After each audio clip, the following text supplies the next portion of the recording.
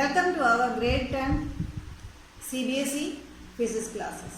I am Suja Pillai. Now we are doing the topic lesson electricity. The first part is already over, that is one class is over about that. So now this is a continuation of that class, second class. This is a second class, continuation of that class. Today we are going to discuss about the circuit symbols. Certain symbols are used to represent various devices. This is very important, and when you draw the circuit diagram, you are not supposed to draw exact picture of that device. You have to show that, represent that by a circuit symbol. So now we are going to discuss it one by one. How to draw the circuit symbol, and in some circuit symbols and some circuits, some devices, some other points are also very important. That also in between we are discussing. It's okay. Okay, the circuit symbols are the simplest one. Simplest one is the connecting wire. The connecting wire is represented like a line. This is the representation of the connecting wire. And what is the importance of this connecting wire? So the connecting wire is made up of copper. That is an important point, you have to note it down. The connecting wire is made up of copper and it is covered with cotton or plastic. So why it is covered with cotton or plastic? It is an insulation. Okay. So about connecting wire, representation is like this. And the connecting wire is made up of copper. That is a main point. Okay, then this copper, in the case of this copper, the resistance of the connecting wire is negligibly zero. The resistance of the connecting wire is negligibly zero. That is a copper wire. The resistance of the copper wire is very minimum, that is negligibly zero. Okay. Second one is battery. So before battery, you know how to represent a cell.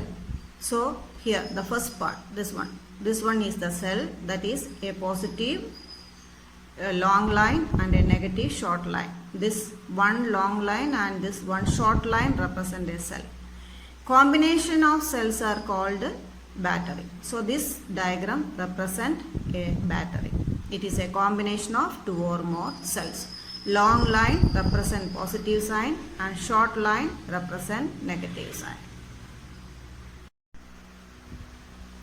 Okay, next is about resistors. Resistors, so here in the case of resistors, I divided it into four.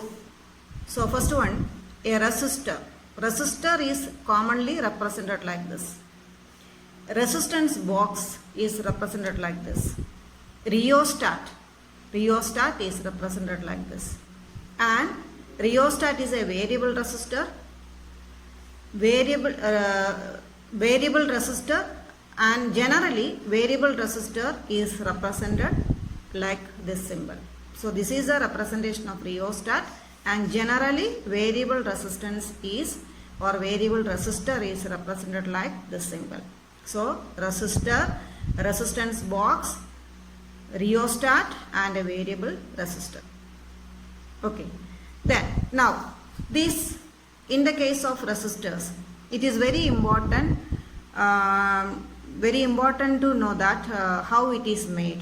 Okay, this consists of wires which are generally made up of alloys such as manganese and constantan. Resistance wires are made up of alloys such as manganese and constantan. Okay. A resistor provides a constant resistance in an electric circuit. A resistor, generally what do we mean by a resistor? Generally, a resistor provides a constant resistance in an electric circuit. Then, what about a rheostat and a resistance box? A rheostat and a resistance box are used to change the resistance in an electrical circuit.